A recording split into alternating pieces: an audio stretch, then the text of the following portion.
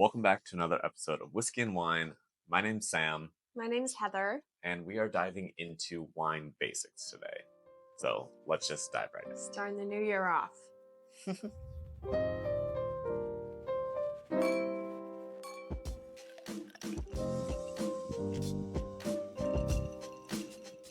So, what do we mean when we say wine basics? I just kind of want to cover basically anything that you would need to know if you wanted to either just get started into wine or have a little bit more of a fun, intelligent conversation with someone who might be a wine nerd.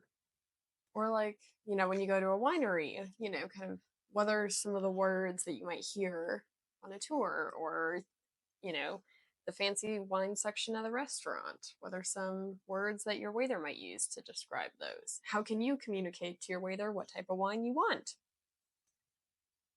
Sure, I got stabbed by something. Step, step, step. I don't know what that was. That's weird. Anyways, so let's start with the basic definition of wine.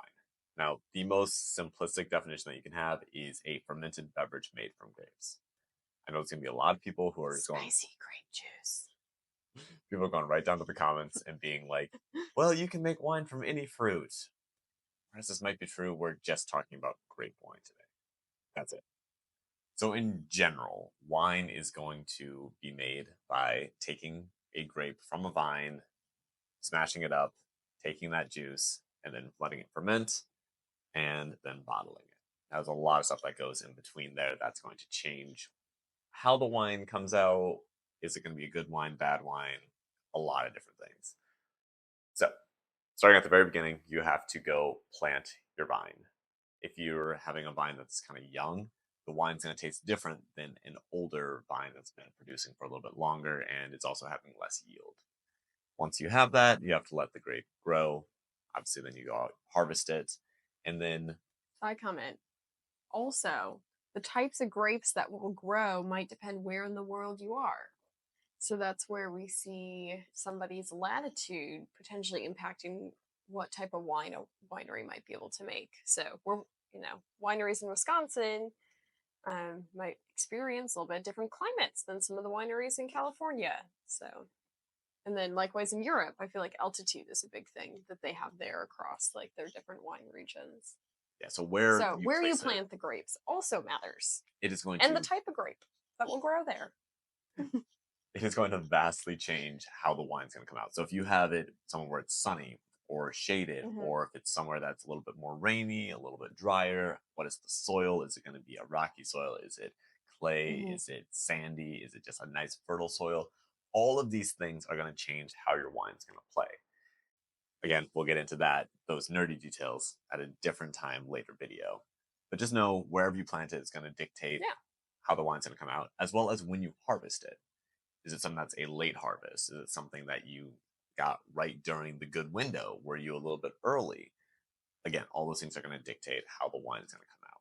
And then when you get to the point of actually crushing the grapes, whether you have the grapes, the skins still involved with the wine right away, or if you remove the skins right away, that's going to change whether you have a white wine or an orange wine or a red wine. The longer skin contact, typically you're going to have a richer, darker color in the wine. Obviously, a lot of wines are going to have sticks and stuff when you're collecting bushels of grapes, bushels, bundles, whatever, clusters. That's what I want to say.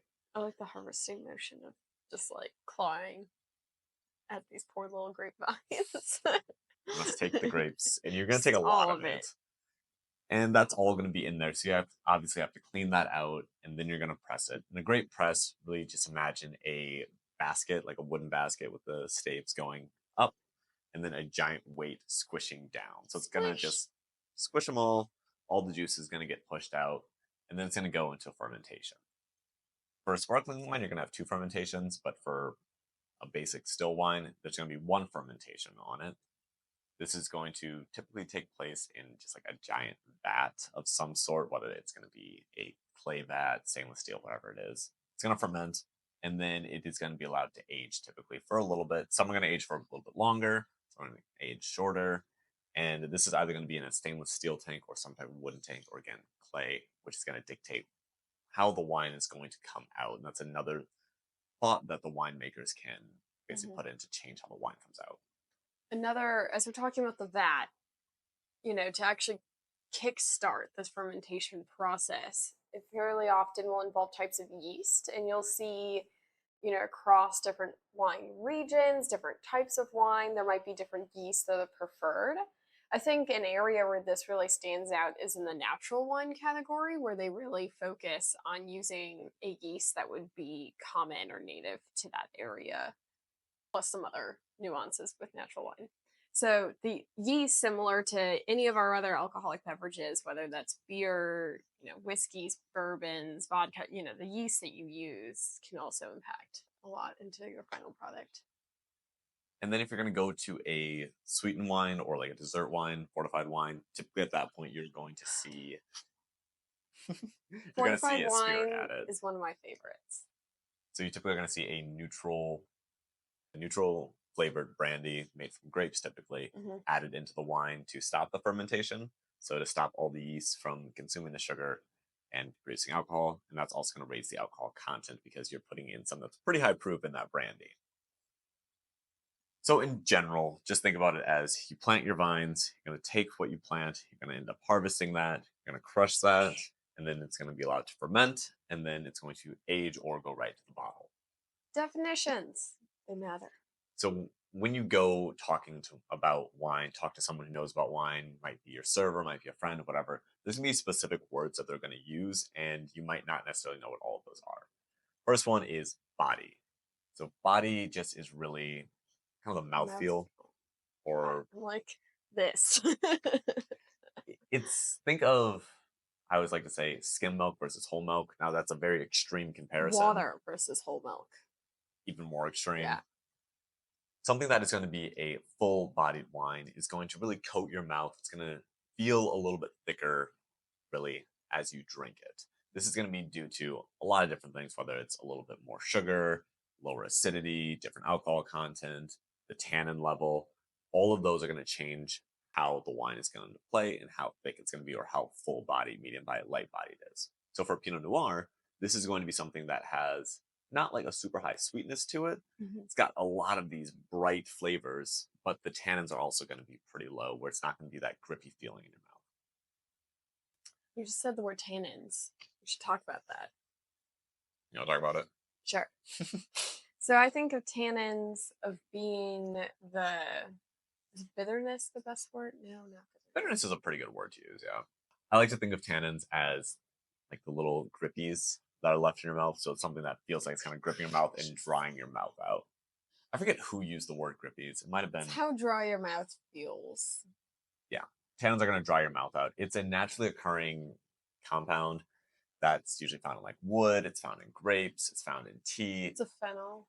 Yeah, it just dries your mouth out. So if you take a sip of wine and your mouth instantly just feels like got all the water sucked out of it, that's going to be a very high tannin wine. If you want to experience tannins in like an extreme way, two different things you can do. One, go find like a little piece of oak and you can lick it.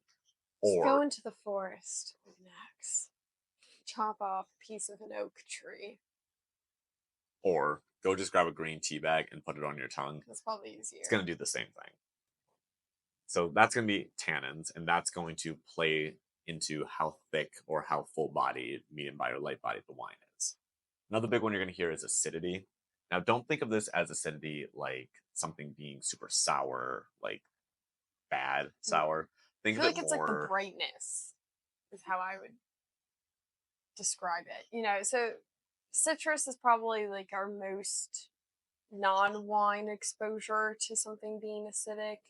And I think oftentimes those flavors can seem very bright. So I feel like a higher acidity has that brightness, that lightness to it. Then the last one is going to be vintage. This one's pretty easy to understand, but a lot of people are like, oh, it's this vintage. It was really good. Or, oh, that vintage isn't good. Vintage just means what year it was harvested and made. That's it. You can sound really snobbish. Really easy. But it does matter sometimes, especially with those younger vines. There's going to be a lot of wines that will have better years. Yeah. And that's just going to be depending on what's going on in the world. What were some of the choices the winemakers made? Was it a rainy year, sunny year, dry year? Tons of different things go into making a good vintage. And some things you can't really control. It's just nature. So Do pay attention to it, but don't worry too much about Yeah, it. don't. I guess if a certain bottle stands out to you as you're like, this is the love of my life and I want to have the same thing again, maybe like note down the year, but otherwise don't care about it. You're going to get a lot of people who say, oh, this year, I know this year was really good. For example, for a lot of wines, 2020 was a great year. And there's a lot of different reasons for it, but Mhm. one of them being less people were driving, there was less pollution. So the vines had cleaner air, yada, yada, yada. You can dive into that more later. But different Or maybe years, we different just needed a vintages, highlight in 2020. something. Well, most 2020 wines didn't even come out for like 2021, Yeah, it 2022, so takes you a didn't get it while for the later. wines to come out. So you're like, ah, yes, this was the best part that came out of 2020. So now that we have those buzzwords kind of defined for what you might hear, now we're Now going to there's get the to the five wines. categories. So, like I said, there's reds, whites, desserts, sparkling, and rosé. Not in that order, but those are the five we're going to talk about. Reds, there's light, medium, and full bodied. So, like we said, body is going to be how thick that wine feels. It's going to be something with more sugar, more alcohol, Mhm. less alcohol, more acidity, less acidity, more tannins, less tannins. All of those things are going to dictate where the wine falls on the slider of full body to light body. For a light body, Yeah, on this side, the light body side. we have Pinot Noir, Oh, which, like I said, is the most gorgeous. basic one. So gorgeous. I love a solid Pinot Noir. This is going to be something with a little bit more of these bright flavors typically, and it's going to have that lighter body because it's not going to have those heavy tannins that you're Mhm. typically going to find in a full body. Now, if we jump over to full bodied, that's where you're going to find things like a Cabernet Sauvignon, for example, which again is probably the most common one people Yeah, hear Cab about. Sav. Heavy tannins, not going to be quite as much alcohol sometimes, and not as much sweetness. So we have your light, you have your full. In the middle, there's going to be medium bodied, and that's just going to be something that, again, doesn't have like a super dry tannin feel to it, but it's not something that's not sweet or it's not something that is going to have much acidity. It's nice and in the middle, typically very balanced. And one of the ones I like to think about for this is Sangiovese. Pretty easy to find typically, but that's a good example of a medium body. Just take the two extremes, meet in the middle. Now we're going to bounce over to white wines. You're not going to have as many in that medium category. You're going to have light bodied, full bodied, and aromatic whites.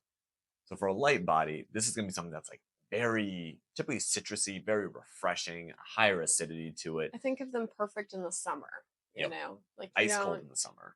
yeah, like it's just very like that refreshing drink that you can have when it's hot outside. My favorite here probably would be like a Vino Verde. This just tastes Mm, like yeah. limes, green apple, pear, all these Hmm. bright fruits. It's really good when it's super hot out. Yeah. And then these you typically are serving chilled, refrigerated. Bounce over to your full body whites. Here, think of something like a super buttery Chardonnay or a Gewürztraminer or a some Rieslings, like a sweet Riesling, would also fall into this category, Hmm. where you take a sip of it and it's just going to coat your mouth again. For the whites, this is typically going to be something that is sweeter, Hmm. except for obviously with a Chardonnay, it's not as sweet, but it's still going to be in that full bodied category. Yeah. One of the other categories you're going to find it's going to be aromatic white. And this is a category you're not going to run into quite as often, and it's going to be very different. This was a Hmm. Tarantes from Argentina. It was very bold. Aromatic whites are going to really jump out of the glass at you. There's going to be a ton of flavor, ton on the nose, Hmm. and it's just this very bold white wine that you kind of smell and you're like, this is a little funky, but in a good way. Yeah. And then right when you take a sip, it has just a lot of complexity to it. But aromatics are going to be very different than a general white, where you're thinking of, oh, this is something that's super refreshing or something that's super sweet. It's going to be in a category kind of unto itself, but it's Hmm. still technically a white wine. So from those two, you have your whites, you have your reds. Let's talk about rosés real quick. Sometimes I feel like the category of rosé is slightly underappreciated, and I think that's because people forget that rosé still has the same spectrum available as the other categories of red and white. I think oftentimes when people think of a rosé, they are thinking of perhaps like the sweeter side. And if you're somebody who likes a dry wine, you're like, oh my gosh, like that's like way too sweet. That's not what I want on my palate. However, my favorite way of finding a rosé that I really enjoy is when it's a single varietal of a type of red wine that I like. For example, if I like Pinot Noir as a red wine, then getting a rosé of Pinot Noir is really good. Then going over to dessert wines, this is again going to have a lot of different things in here. But when you think about a dessert wine, let's keep it I think simple. of smaller portions that, like, instead of having that rich dessert, you have this rich wine. Yeah. So it's just a little bit, Mhm. very rich, not always super sweet. So you're going to find some that are going to be a little bit more of a bitter dessert wine. You're going to find some that are going to be like this sickly sweet dessert wine. And again, there's a spectrum, just like there is for desserts. Same goes for dessert wines. Mhm. And diving into that, there's a lot to talk about with dessert wines. I just did a short video actually on our YouTube page and Instagram and TikTok. So feel free to scroll back, find that one, and you can get a little bit more in depth knowledge on dessert wines. Now, the last one we need to talk about is going to be sparkling wines. And this is a little odd for most people. When you think of sparkling wines, like what's the first one that comes to mind next year sparkling? Oh, Angelique, it's my girl. Are Yeah, I you guess that's talking fair. more general, Just like general. champagne? Yeah. It's like, oh, you're It's thinking the just about like champagne, like a super bubbly, kind of dry, bitterish drink. That's not always the case. There's going to be, typically for sparkling wines, you're going to see the name of it, and then you're going to see another classification below it. That classification is going to be things like off dry, brut, demi sec, dox, things like that. And those are all different sweetness levels. Mhm. To think of it most simply, if it has brut in it, so BRUT, that is going to be something that is pretty dry, not a lot of sugar to it. But if you see dry, that's going to be a little bit of sugar or off dry, things like that, which is a little weird that dry doesn't mean The not sweet. driest. Yeah.